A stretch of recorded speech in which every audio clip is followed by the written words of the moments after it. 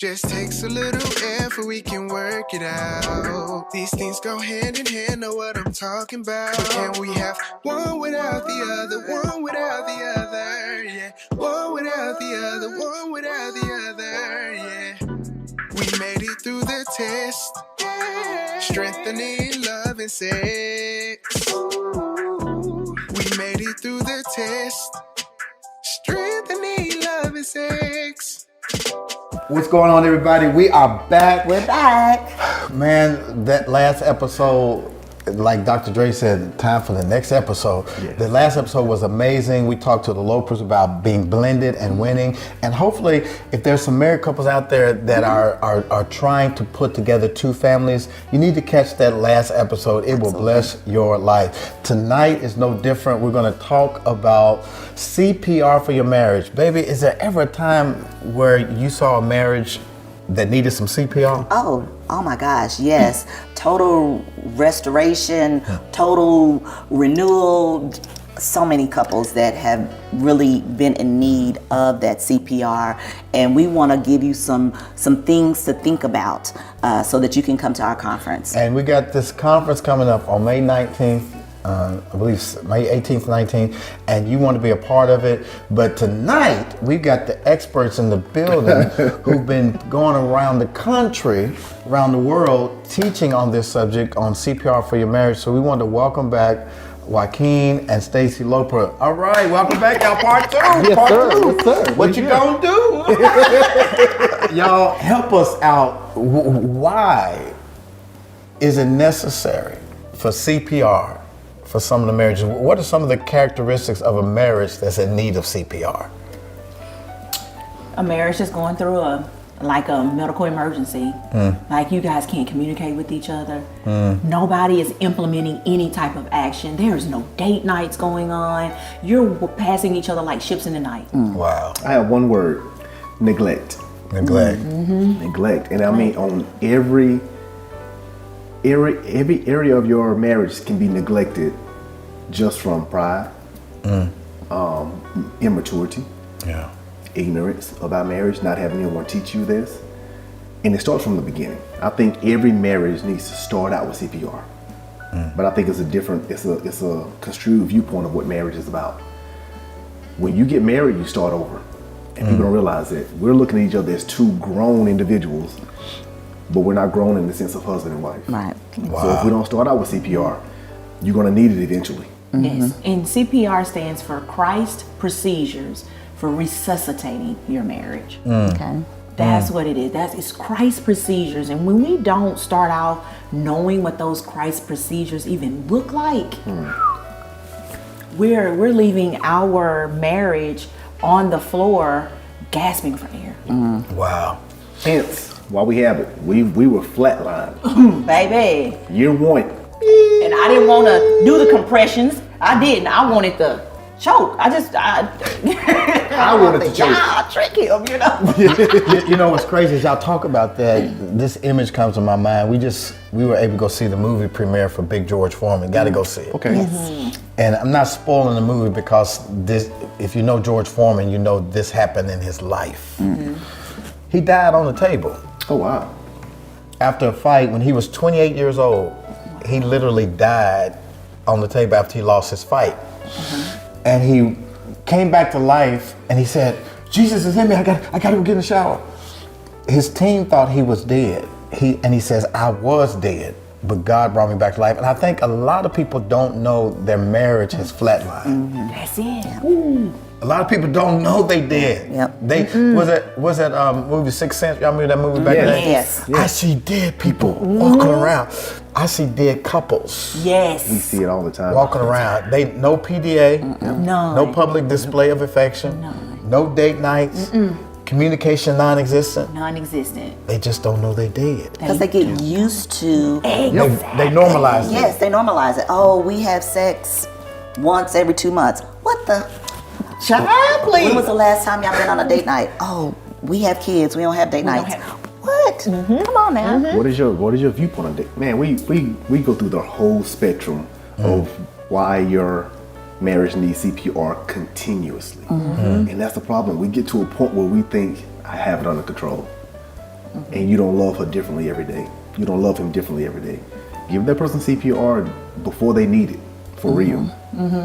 And when you talk about those compressions, you think about where your hand is placed in a real CPR, situation. Your hand is pressed where the heart, because you got to get the blood to flow again. Right? My Lord. All right. And when you are doing those compressions, then what are you doing to your spouse in a CPR situation?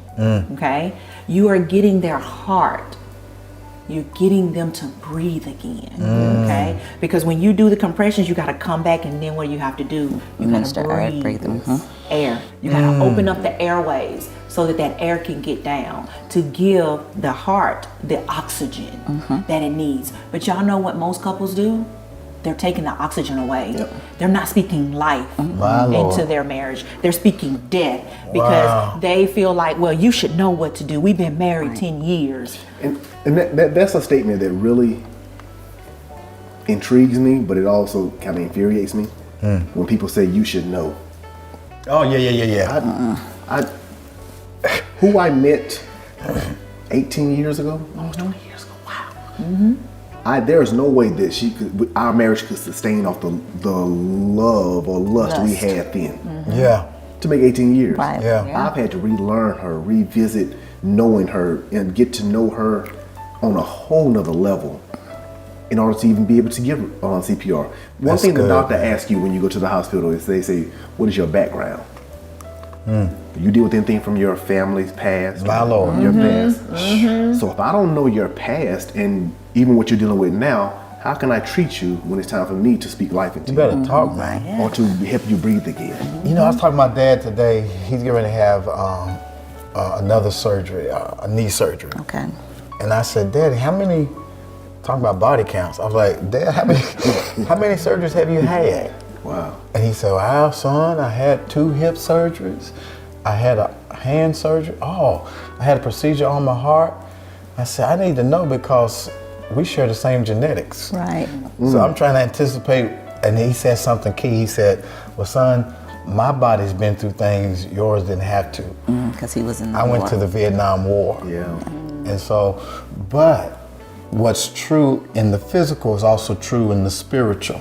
There are genetic tendencies that follow us into our marriage that we're not aware of. So if your daddy was not a great communicator, chances are you might not be a great communicator either, but it doesn't mean that you can't learn to be one. Right. Somebody hit me up on one of our podcasts. He says, how do I communicate when I'm bad at it? I said the whole point of communication is to understand the other. Right. And so you want to make sure that your wife understands you. But when you're in a marriage or relationship where the communication has ceased, that relationship is in danger of dying. Yeah. And if you don't, as you said, Stacy, resuscitate, put those compressions on it, and that takes intentionality. Absolutely. Yes. That takes intentionality, and it's going to hurt. Come on, talk about Because that part. the pressing is gonna The pressing hurt. hurts. Yes, it hurts. And like you said, it's intentions, but it's also accountability too. Accountability. And that's what you're doing when you're like, baby, this is the way I need you to love me. Yeah. And then your husband or your spouse is gonna say, this is the way I need you to love me. Now what am I going to put into action now? Okay. Or one of the best things I ever told my wife in our marriage that got us to grow, I don't even know how to do this. I don't know what it looks like. I don't know what you're talking about. Hence is why we've been in counseling and coaching ourselves for 13 years. 13 years. Or 15-year marriage. But I'm not doing this by myself. No. I need people to hold me accountable. Yeah. And talk me off the ledge sometime when I'm telling myself something that I just can't see. And that's a great segue into when you're in a medical emergency, you call 911, right? The operator or whoever's on the line is going to say, do you know CPR? Okay? Because before the paramedics arrive, if you know CPR, they already want you to be administering CPR in that situation until the medical help that you need can get there. If your marriage is not undergoing marriage counseling, you need to get it now. Yep. Get it now. Whether you are in a great place in your marriage, marriage counseling is critical. Essential. It is essential to truly maintaining a healthy, successful, loving marriage. And let me say this. I apologize. Go. Marriage counseling is not to tell you how to live your marriage. That's it. It's not. I never want to be able to come across as telling anyone how to live their marriage. But what I can assure you that we can do is give you a different perspective on how to look at things. Yeah. Different way to how to try different things. It's amazing. We'll try different things in every other area of life. But when it comes to our marriage, we have it all figured out. Yeah. When you think about Tiger Woods, one of the greatest golfers that ever lived, he has a coach. When you think about Michael Jordan, the greatest basketball player that ever lived, Yep. he had a strength and conditioning coach. Yep. Every one of the greats has a coach. So it baffles me when I hear men say, "Can't no man tell me what to Right. do." When you get to that place where nobody can tell you what to do, you're already dead. Yep. You know, we have to be able to receive tools to make our marriage better. And I think there's a lot of people out there who want to do better. Have y'all ran across any couples in your marriage that are existing in sexless marriages? So many. Oh my. Talk about that. It's actually sad. It really is. Because this is the truth of the matter. It may be sexless now, but when you all met each other, it wasn't sexless. Right. Right. So how's it that you pull me in with something and now you don't give it to me? Yes. Why are you holding me hostage to something that, truthfully, I deserve? Especially if I'm doing what I'm supposed to do. Can you imagine going to the nursery, the garden, and buying all of these plants, beautiful plants, bringing them home, putting them in the corner, but you never water them? They're gonna die. They're going to what? They're gonna die. They're going to die. Same thing in a marriage. If you don't water each other in communication, Yeah. in sex, you are committing marital suicide. There's no way a husband and wife can be together and not be intimate. Paul even talked about do not deprive one another. That's it. You know what I mean? You have to continually pour in. And we teach this, I don't know what you guys teach, but we teach at least 3 times a week. Yes. For a healthy marriage. You need to be Yes. making love, Yes. having sex, at least. I told my married folks Sunday, I said, all the married people stand up. And they all stood up. I said, I got to tell y'all this. This is from the Lord. It's a sin not to get it in. I love it. I'm feeling it. It's Paul says, do not deprive one another except by mutual consent. And even if you want to be holy and say, I want to fast and pray, but he says, okay, do that, but do it for a little while. For a season. Because if not, the devil can come in. devil The can devil come in. can smell a sexless marriage. Marriage. Yeah. Amen to that. And I always honey. tell people, when we talk to our married couples, I asked them one question. I said, hypothetically, if you all were to part right now and meet someone, hypothetically, 2 years from now, guess what you're going to do with that person? Have sex? So why we ain't doing it now? And for our marriage, we've had it set up for years now. 36 to 48 hours, tops. When my wife came Tops. and told me that, I said, I know Jesus told you that. Say that again. 36 to I 48 know hours. Jesus told you that. 36 to 48 hours. If I have not been with this man or this man has not been with me, oh baby, it's time you need to meet me in the bedroom. Yeah. And this is the thing. You need to, and that's what we call a healthy marriage for us, because we're communicating with each other all the time. We talk about our finances, and a lot of couples don't talk Right. about that. So we talk about that in CPR as well, as we teach them and help give them the tools that they need. You all need to be having constant communication on what these finances look Yes. like, okay? And then what sex looks like, baby. How often do you need it? Okay, I can take it, this many days, this many times a week, but I know that I got to make sure I satisfy him. And of course, our husbands are going to want it far more than we do. Absolutely. Okay, 90% of the Hallelujah. time. Yes. So Thank look, you, Jesus. let me tell y'all women better get they better get in that bathroom. They better look at themselves in the mirror and say, okay, let me push these up a little bit. Let me put on something sexy and get in here and let this man Yes. get an empty sack. Yeah. Because I done already filled his stomach up with dinner tonight. Yeah. So, I heard you say that the other day. I was just saying, I got to give him an empty sack. I said, wait a minute. What you talking So Stacy, you believe that women should send their husbands to work with an empty sack? Yes. You understand what that means? And a full stomach. Please tell me you understand what that means. Wait a minute, she said, say it again, an empty sack An and empty what? sack and a full stomach. Babe, what you think about that? Oh, I totally agree. How you gonna come over here and ask me what I think about it? First of all, Yeah, because I'm telling you, like you said, the enemy smells Yes. a sexless Yes. marriage. So what he gonna do when you get into the office? right. What he gonna do You when you smell get good into the today. what he gonna do my when you get God. into the grocery store? Yes. You And, know- and sex starts way before the bedroom. Oh, we know the CPR. absolutely. When I yes. say CPR, my wife had to teach me this. Now I'm gonna be honest with y'all. I was green. If y'all know what that means, I was naive because I wasn't taught this. I didn't see it growing up, so I thought intimacy was sex, physical sex. Come on, talk. My wife had to coach me, and if you're not a good coach, get the help. But she had to coach me that I just don't want to hear this when you want something. So now for almost 12 years of our marriage, man, my wife don't go without hearing me say I love you. You look beautiful. I don't care what you look like. You beautiful to me. Oh, baby, you smell so good. Ooh, And she really y'all. do. She smells like angel kisses. Just that black woman.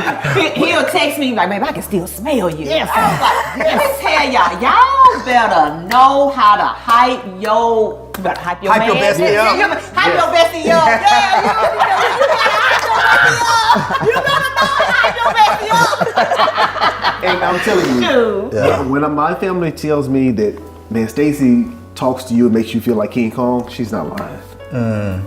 They are not lying when my wife makes me feel like I can conquer anything. And I know I can because I have her backing me. Yeah. So even if I think I'm gonna fail, no, you keep going. And that's what it's about, man. So that's why I can look at my wife and say, babe, I can see you're tired. I'm good tonight. You know, we wrote CPR for marriages because we don't want marriages to walk through what we walked through. We didn't want marriages to want to heal, but don't know how to heal and don't know how to get the help to heal. Yeah. You know, I didn't see marriages growing up. And so I didn't know how to come into this thing being his wife. I didn't.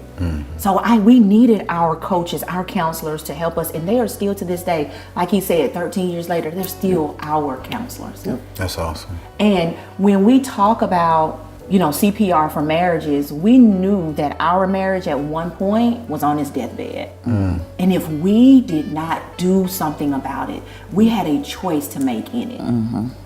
Our marriage was, I was 1 foot outside of divorce court. He was already up there with the judge. Yeah, I was already like, hey. He was already up there with the judge, waiting for the judge to make a decision. I'm like, look, she And did this like, what twice she before. had? So, you Look, know. she only got 1 foot in, Yeah. but you know, hey, you know, and it was simply because I had some things that I needed to heal from, and I had to own it. But I also had to own my relationship with Christ too. That's good. So that Christ could help transform me from that what I was to what he was calling me to be. Yeah. And we would tell our couples that divorce is not an option Not an because option. it's easy to get divorced. Easy. Yep. But if you can work your way through the issues, Yep. then that's when true transformation begins. I love how Stacy probably once every 2 weeks will ask me, how can I love you better? We were at the park just the other day and we did a quick little makeshift picnic. We went out to the park, just people watching, and we went and got some tacos and sat out for a minute. And he looks at me, he goes, how can I love you better? Yeah. And I had to think about it because he loves me really. Didn't take you long to answer. But he loves me really good. Go on and tell him what your answer was. This particular time, my response was, I did have to think about it, was that his facial expressions, that I read so much into his facial expressions, and I wish that I could, because I know what he's thinking, because it's going to show up on his face. And I was like, babe, I'll ask you something, and you'll look at me like I'm getting on your nerves. And I know I'm probably getting on your nerves because you're thinking it and it's coming out of your mouth, nothing. But I need you to change that or tell me that I'm getting on your nerves. And my response was, Tell your response. Joaquin, I said that Baby, I get it. I can't hide my facial expressions. You know, I communicate non-verbally with my face. If I'm upset about something bothers me, it's going. My staff gets on me at church like, Pastor, we knew you didn't like that skit because your face frowned up. And I told her this. I said, babe, there's a lot as a man that I'm processing at the moment that you may be saying something. And it's not that I'm offended by what you're asking me. I'm processing 3 or 4 things that have happened during the course of the day.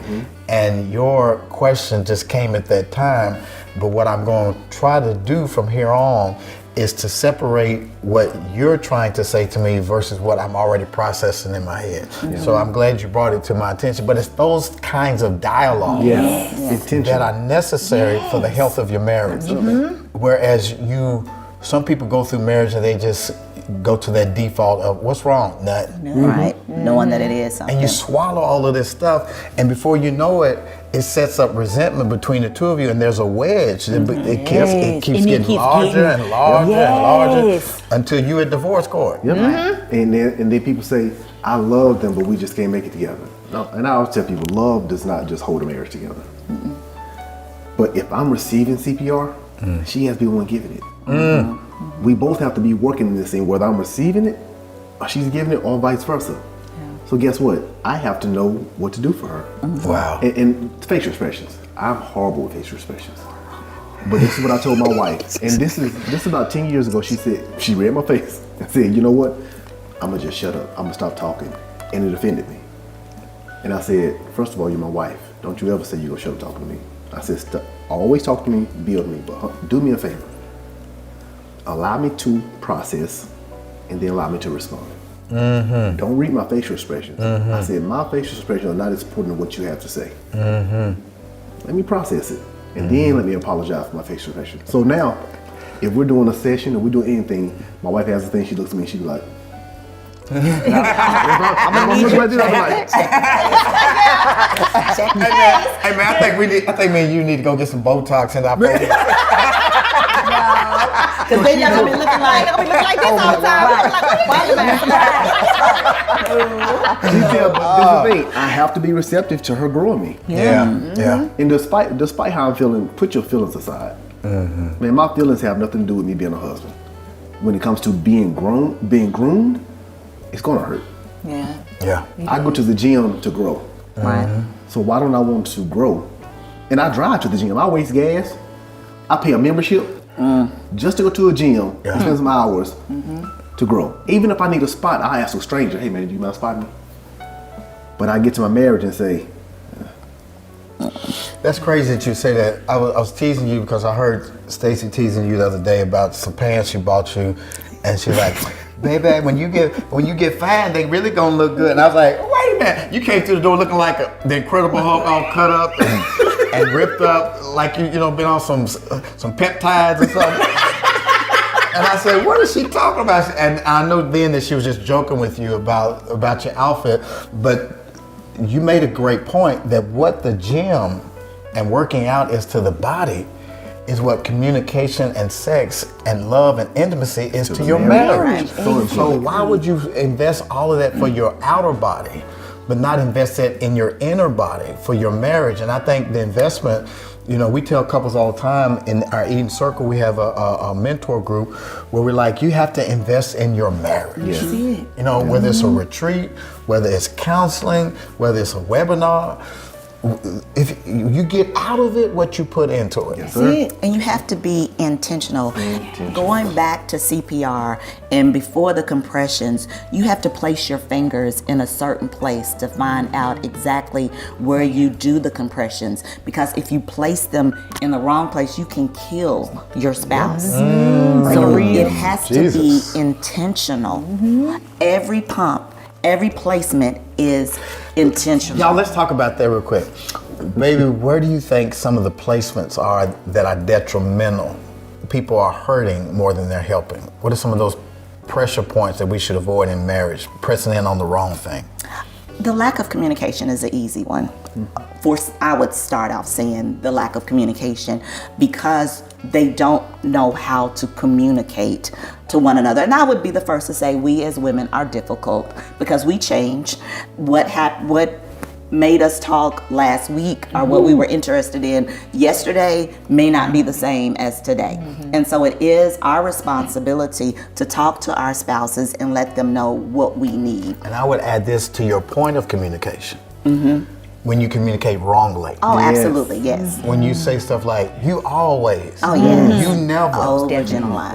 When you overgeneralize, you use, you always do this. You never, it's like, as a spouse, when you hear that, it makes you want to shut down. It makes you want to get defensive.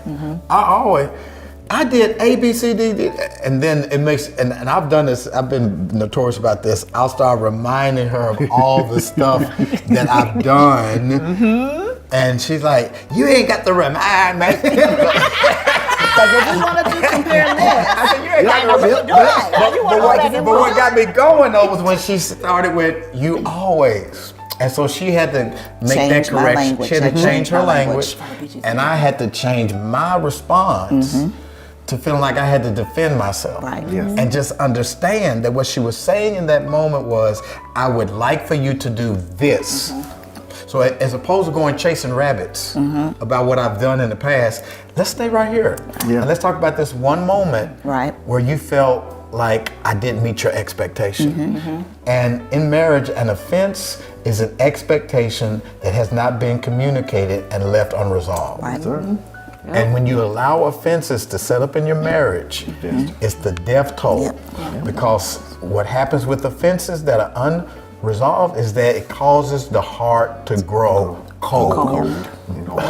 David said, when I said I was not going to speak on it, my heart, he said, my bones waxed old and my heart grew cold. In other words, disease set up in David's body because he refused to speak on what it was that was in his heart. And that's what happens in marriage. And we challenge people individually for your marriage. Your marriage is made up of two individuals who need to get better all the time. The same thing my wife is doing CPR on me for is not the same thing I'll probably doing CPR on her for. But if both of them affect the marriage. My wife, this is what I tell her, and she knows I'm notorious for it. I don't allow something to slide.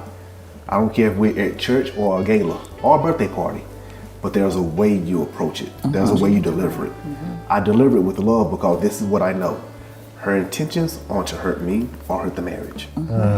But whatever she did do didn't sit well with me. It's my job to explain it to her, hey, this is how they made me feel. Wow. I know you didn't mean it, but this is how it made me feel.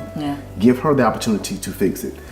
And one thing about it, when your spouse brings something to you, stop making excuses why you did it. Just accept it. Have ownership for it. I don't use I and we when we talk to each other. I say, babe, I think our marriage can grow if we can do a better job at this. And I need to do a better job starting it, okay? Wow. It's always we, us, our. We get them back to the marriage as opposed to from an individual standpoint. And when you talk about those things where you got to position it, and what are those positions that could cause death? You think about insecurities, triggers. If you don't know those things that trigger your spouse, you got to know what triggers them so that you don't hit those landmines. You also got to know insecurities. Are you the one that's speaking these insecurities into your spouse? And how do you fix that? As opposed to speaking life. Again, breathing life back into your spouse is a critical part of knowing CPR. And remember, to be CPR certified, you got to take the class for it. You got to take the class to become CPR certified so that you will know if you have to dial 911, and dialing 911 is picking up that phone to call your counselors or your coaches, okay? 911, but when you before you dial 911, they're gonna automatically ask you, have you done CPR? Have you even started the process? But do you even know what that looks like? Here's a question for your marriage. Have you done CPR? Does your marriage need CPR? If you're not communicating, you need CPR. If you have a sexless marriage, you need CPR.